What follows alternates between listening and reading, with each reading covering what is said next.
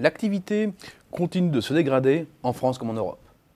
L'indice PMI composite de l'activité globale, établi par Markit, ne dit pas autre chose. À 45,9 en septembre, il est au plus bas depuis 39 mois. Surtout, en dessous de 50, il se trouve dans la zone qui indique une contraction de l'activité. Pour faire bref, la zone euro est en récession. Mais une analyse plus fine de l'enquête révèle une information précieuse, à savoir que l'indice PMI des services est descendu à 46 en septembre, son plus bas niveau depuis 38 mois. Dans le même temps, l'indice PMI de l'industrie manufacturière est lui remonté à 46, un plus haut depuis 6 mois. Les deux courbes, celle de l'industrie et celle des services, se croisent donc. Ainsi, l'hémorragie industrielle semble peu à peu s'arrêter, quand dans les services, le mal devient plus profond. C'est un constat inquiétant, car le cas de figure est inédit. D'habitude, les services amortissent les chocs. La crise de 1993 s'est ainsi matérialisée par un net décrochage de l'industrie, alors que les services résistaient. De même, sur la période 2001-2003, seule l'industrie a plongé, les services restant à flot.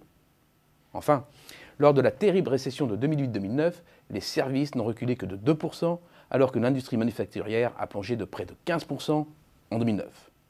Alors pourquoi, cette fois-ci, les services ne jouent-ils plus le rôle d'amortisseur?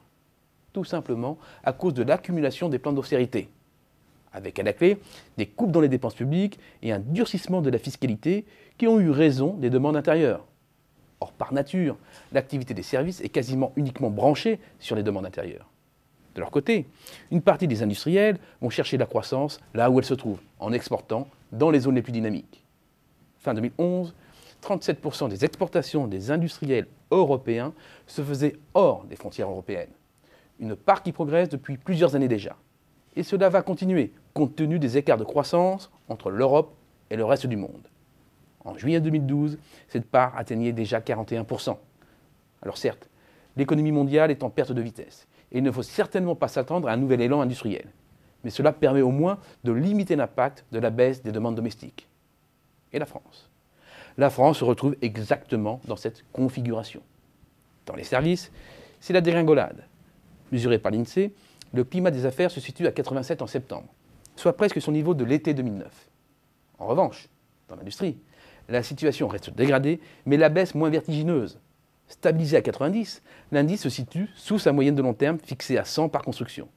Une valeur encore très éloignée des points les plus bas atteints lors de la récession. La France doit donc se battre sur deux fronts. Le délitement structurel de son industrie et en plus le décrochage des services qui est chez nous l'amortisseur traditionnel des crises. Au regard du poids des services dans notre économie, l'impact sur l'emploi risque d'être terrible au cours des prochains mois.